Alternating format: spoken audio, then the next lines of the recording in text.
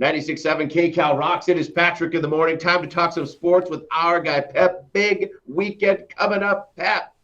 Yeah, this is it, man. Conference championship time in the NFL. The Final Four, if you will, the Final Four teams in the hunt for the Super Bowl title. We'll start in the NFC because we got to start with our guy, Jaden Daniels, leading the Washington Commanders on this Cinderella run. They will play on the road at the Philadelphia Eagles for the NFC title. First time that the Commanders team has been in the championship game since 91. And Patrick, a little pep quiz on this Monday morning. You probably already know this, but Washington, the last time they had made the NFC championship game was 91. So which NFC team now has the longest drought without playing in the NFC title game? The year was 95, the last time this team played with a trip to the Super Bowl on the line.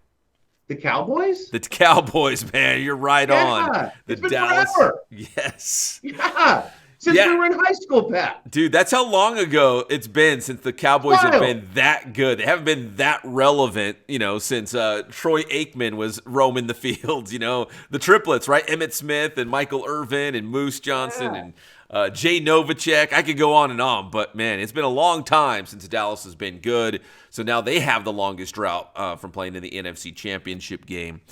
So, Patrick, when you look at the meeting, listen, the Commanders and Eagles play in the same division, so they see each other several times a year. The first time they played, the Eagles won 26-18. The second time they played, it was one of those Jaden Daniels, last second, Hail Marys, and they won 36-33 as he drove them down, got that win. So they split during the regular season. So it's not inconceivable that the Commanders could go on the road and beat Philly, especially the way Jaden's playing right now. God, we're pulling for him so hard. We want this kid, our kid from the IE, to pull this off. I'm looking at it like this. Of course, you got to try to stop number 26. I mean, that's kind of the assignment. It really is the star of the team. However, number one, it's already possible. They've already done it. Number two, Jalen Hurts has a bum knee. He went down in that game and hurt himself. If you can slow down Saquon Barkley, then you're going to put more pressure on Jalen Hurts, who is not an insane thrower of the football. He needs that mobility to move around. I could somehow see, some way, fight, scratch, claw, Jaden Daniels pulling this off. Do I want it to happen? Yes. Is it wishful thinking? Yes. But I think he could do it.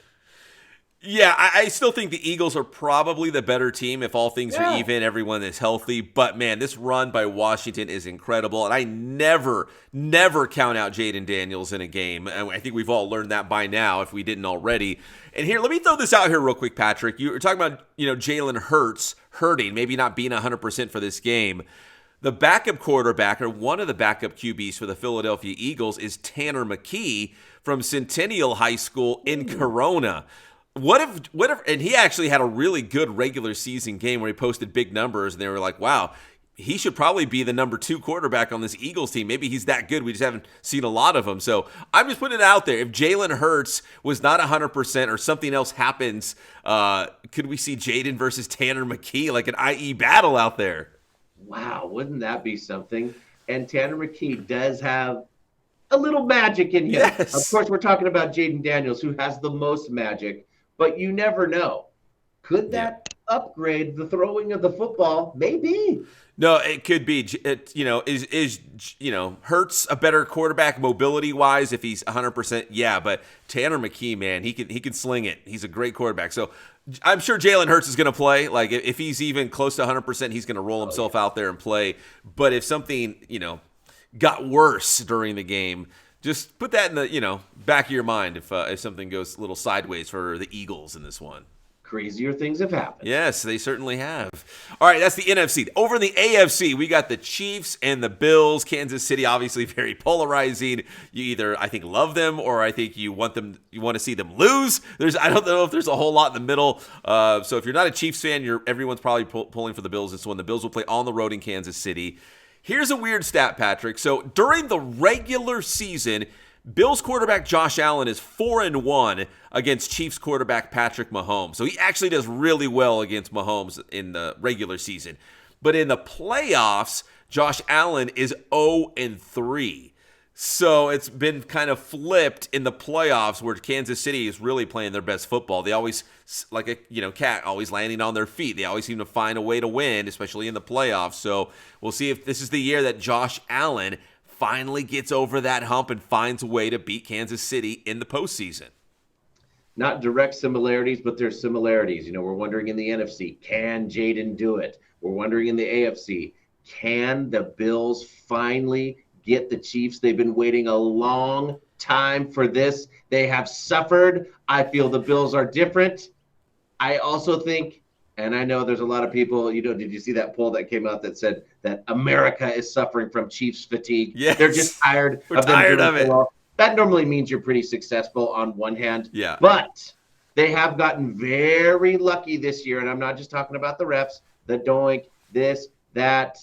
Has their luck finally run out? The Bills, when you've suffered long enough, I could see the Bills pulling it off finally.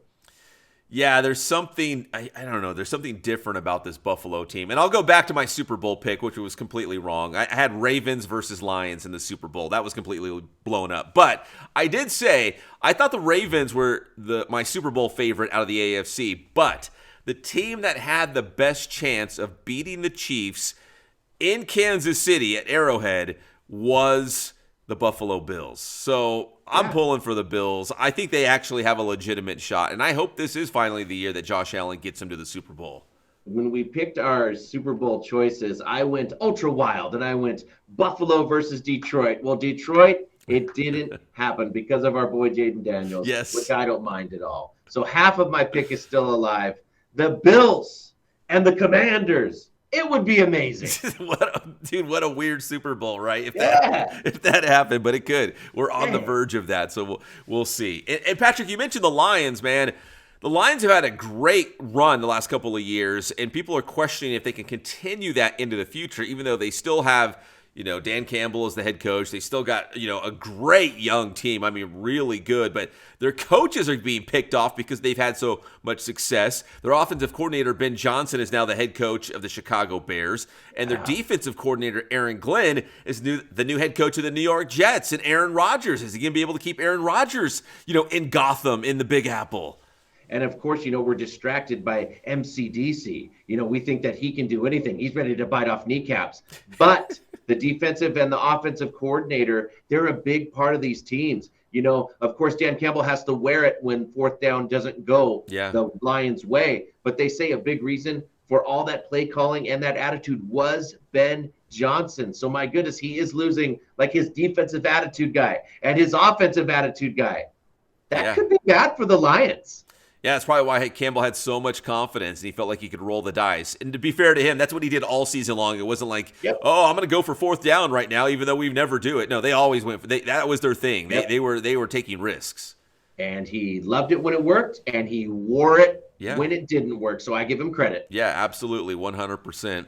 So with those guys from the Lions already finding head coaching gigs in the NFL, you still have the Raiders looking around like, all right, who's still available? Who is still out there? And Patrick, your boy, 73-year-old Pete Carroll is being linked now to the silver and black. I don't know how legitimate that is or serious, but maybe Pete Carroll could be the guy?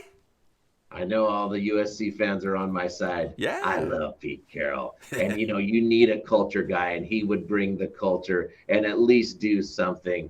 You can really see why Tom Brady called Bill Belichick now.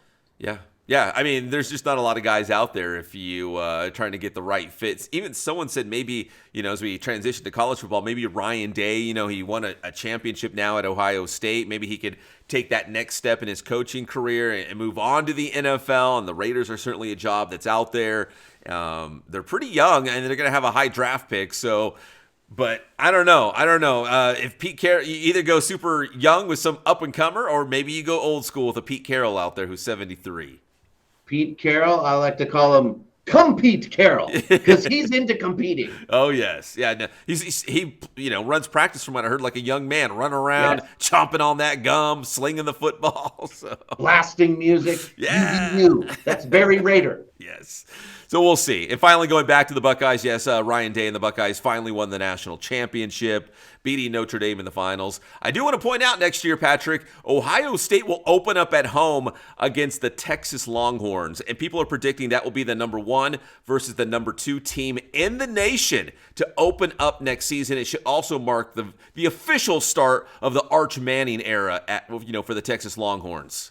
Yeah, it certainly seems advantage Texas as of right now because you know how college football is. There is no preseason. That first game can be kind of rough. Yeah. That's a tough assignment. And what we do here is that Ohio State is supposed to have a young phenom quarterback who's supposed to step in. And that could be a tough assignment going against Texas and Arch and all that because Arch has been ready. He's ready to do this for sure. Great game to kick off the season, though. Man, it could be the national preview of the national title game, next season in that first game of the year. So it should be a lot of fun. But congrats to the Buckeyes. Big one right out of the gate coming up this fall. Yep, Ryan Day. He's a made man now, right? Yeah. I mean, come on. I mean, they were talking about firing him. A tough loss to Michigan, of course, but they battled their way back. Maybe one of the best comeback stories there is. And I think the college football playoff worked out pretty well. Well, he is a made man. Like, he kind of made his beard look all filled in. I'm going to use that Sharpie that he's using. It looks real good. He did, man. Congratulations to the Buckeyes. Pep, tell them how to get your stuff. Get my stuff anytime. We're open 24/7 at Inland Sports, Instagram, Facebook, Twitter. We also have the YouTube channel. Just search Inland Sports. Thanks, Pep.